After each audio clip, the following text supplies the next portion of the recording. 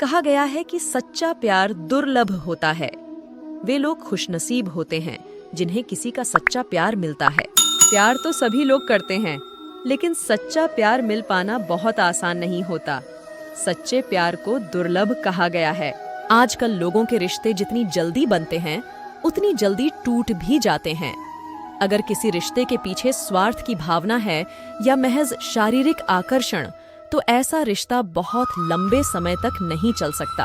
आजकल अक्सर पार्टनर्स के बीच छोटी छोटी बातों को लेकर ब्रेकअप होने की नौबत आ जाती है। वहीं तलाक की बढ़ती दर से भी यह समझा जा सकता है कि रिलेशनशिप में समस्याएं कितनी बढ़ रही हैं।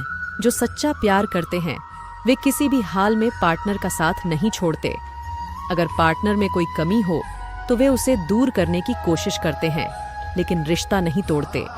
लेकिन जिनका प्यार सतही होता है या किसी न किसी मतलब से जुड़ा होता है, उन्हें पार्टनर से रिश्ता तोड़ने में जरा भी देर नहीं लगती। जाने क्या है सच्चे प्यार की पहचान।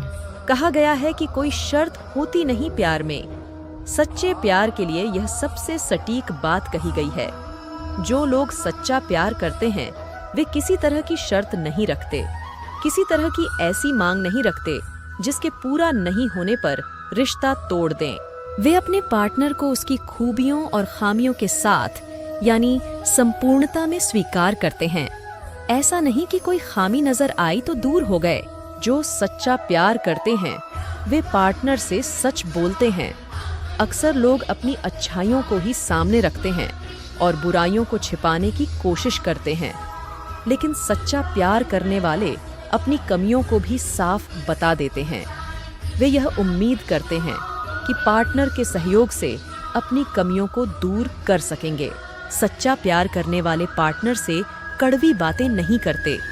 वे किसी भी हाल में अपने पार्टनर को दुखी नहीं देख सकते, इसलिए वे पार्टनर की भावनाओं को चोट नहीं पहुंचाते।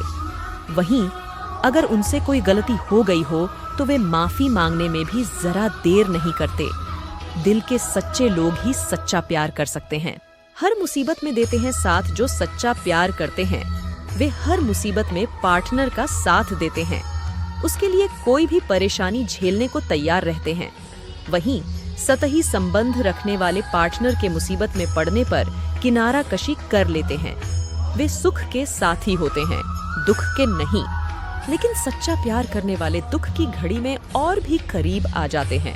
भगवान बुद्ध अपने शिष्यों समेत परिव्रज्या पर जा रहे थे। रास्ते में एक शिष्य ने पूछा, हम लोगों के साथ सदा सद्भाव भरा व्यवहार करते हैं, पर बदले में हमें उपेक्षा ही मिलती है भंते। इसका क्या कारण है? तथागत ने कुछ उत्तर न दिया। यात्रा आगे बढ़ती रही। मध्याह्न हो गया और प्यास लगी। एक कुआं मिला, उस पर डोल भी पड़ा था और रस्सी भी। पानी खींचा गया। भरा हुआ डोल ऊपर तक आते आते खाली हो गया। श्रम निरर्थक जाने पर खींचने वाले को दुख हुआ। संयोगवश वह प्रश्नकर्ता ही पानी भी खींच रहा था। उसे यहाँ भी असफलता जन्य खिन्नता कष्ट दे रही थी। भगवान बुद्ध ने कहा, तात इस डोल में छेद है। सो कुआं, रस्सी, श्रम आदि सब साधन होने पर भी पानी छेदों में होकर बह जाता है और तृप्ति लाभ से वंचित होना पड़ता है।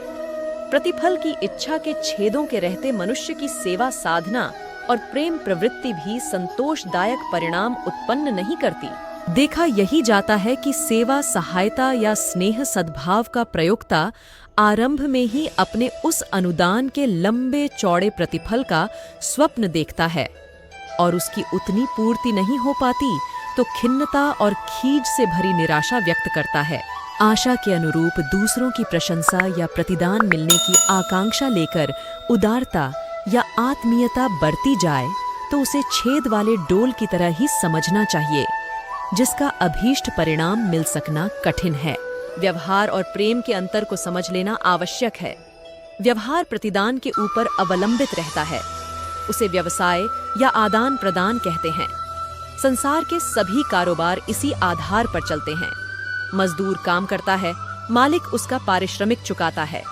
आज घर आने पर मित्र को चाय पिलाई, कल उसके घर जाने पर हम चाय की अपेक्षा कर सकते हैं। ये व्यवसाय है। मधुर व्यवहार भी प्रतिफल पर आधारित होते हैं। इस प्रकार की मधुरता या घनिष्ठता को प्रेम नहीं कहा जा सकता। जिसमें परिणाम प्रतिदान की अपेक्षा की गई हो। वस्तुओं की तरह व्यवहार का भी आदान प्रदान होता है। व्यवसाय में लाभ और हानि के लिए तैयार रहना पड़ता है। अपनी सद्भावना को उतनी ही सद्भावना के रूप में प्रत्युत्तर मिला तो जमा खर्च बराबर, ज्यादा मिला तो नफा, कम मिला तो घाटा। यह तो धंधे में चलता ही रहता है।